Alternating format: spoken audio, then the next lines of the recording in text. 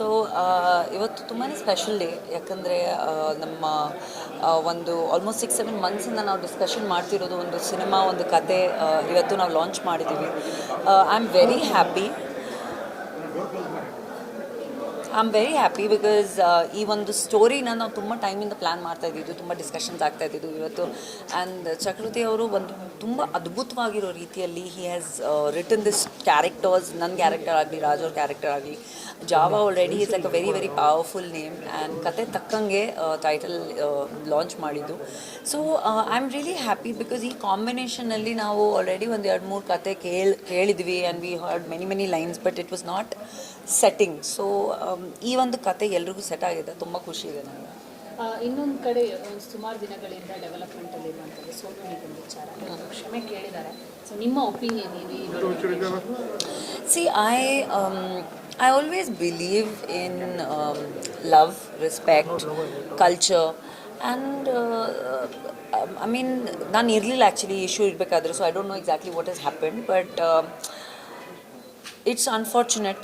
ಯಾವುದು ವಿಷಯ ಪರವಾಗಿ, ಯಾವುದು ಕಲ್ಚರ್ ಪರವಾಗಿ, ಲ್ಯಾಂಗ್ವೇಜ್ ಪರವಾಗಿ ಮಾತಾಡಬಾರ್ದು. ಆ್ಯಂಡ್ ಕನ್ನಡ ನನ್ನ ಮನೆ ಇರೋದ್ರಿಂದ, ನನಗೆ ತುಂಬ ಮನಸ್ಸಿನ ಹತ್ತಿರ ಇರೋದ್ರಿಂದ, ನನಗೆ ನನ್ನ ಲೈಫಲ್ಲಿ ಎಷ್ಟು ಇಂಡಸ್ಟ್ರಿ ಕೊಟ್ಟಿದೆ, ಭಾಷೆ ಕೊಟ್ಟಿದೆ ಅಂತ. So I am very for my language and my industry. But see, language brings people together and culture brings people together. So nobody should be disrespective of it. ನಾವು ಯಾವ ಭಾಷೆಯಲ್ಲಿಂದ ಬಂದ್ರೂ, ನಾವು ಏನಿದ್ರು ಒಬ್ರೊಬ್ರು ಲ್ಯಾಂಗ್ವೇಜ್ನ ಮತ್ತು ಕಲ್ಚರ್ನ ನಾವು ರೆಸ್ಪೆಕ್ಟ್ ಮಾಡಬೇಕು ಅಂತ. ಯಾಕಂದರೆ ಸಾಕಷ್ಟು ಕಲಾವಿದರು ಕೂಡ ಬೇರೆ ಬೇರೆಯಿಂದ ಬಂದರೂ ಕೂಡ ಕನ್ನಡ ಭಾಷೆ ಒಂದು ನೆಲೆ ಕೊಟ್ಟಿದೆ. ಸೊ ಹಂಗೆ ಸೋನು ನಿಗಮ್ ಕೂಡ ಸಾಕಷ್ಟು ನೂರಾರು ಹಾಡುಗಳನ್ನು ಹಾಡಿದ್ದಾರೆ, ಕ್ಷಮೆ ಕೇಳಿದ್ದಾರೆ. ಎಲ್ಲೋ ಅದನ್ನು ನೋಡಿದರೆ ಕ್ಷಮೆ ಕೇಳಿದ ರೀತಿ ಇರಲಿಲ್ಲ, ಸಮರ್ಥಿಸಿದ ಥರ ಇತ್ತು. ಸೊ ಇದ್ರ ಬಗ್ಗೆ I have not seen his apology videos, so I wouldn't want to comment on that. But exactly ನಾನು ಏನು ಹೇಳಿದೆ ಮುಂಚೆ, ನಾನು ಅದೇ ಹೇಳೋಕ್ಕೆ ಇಷ್ಟಪಡ್ತೀನಿ, that everybody should respect each others culture, language. Because ಅದು ಕಲ್ಚರ್ ಆಗಲಿ, ಭಾಷೆ ಆಗಲಿ, ಮ್ಯೂಸಿಕ್ ಆಗಲಿ, ಅದನ್ನು ಎಲ್ರಿಗೂ ಒಂದು ಮಾಡುತ್ತೆ. It shouldn't separate anybody like that. And disrespect is not okay. ನಿಮ್ಮ ಪ್ರಕಾರ ಅವ್ರನ್ನ ಇನ್ನು ಮುಂದೆ ಕನ್ನಡದಲ್ಲಿ ಹಾಡಿಸಿದ್ರೆ ಒಳ್ಳೇದಾ ಕೆಟ್ಟದ?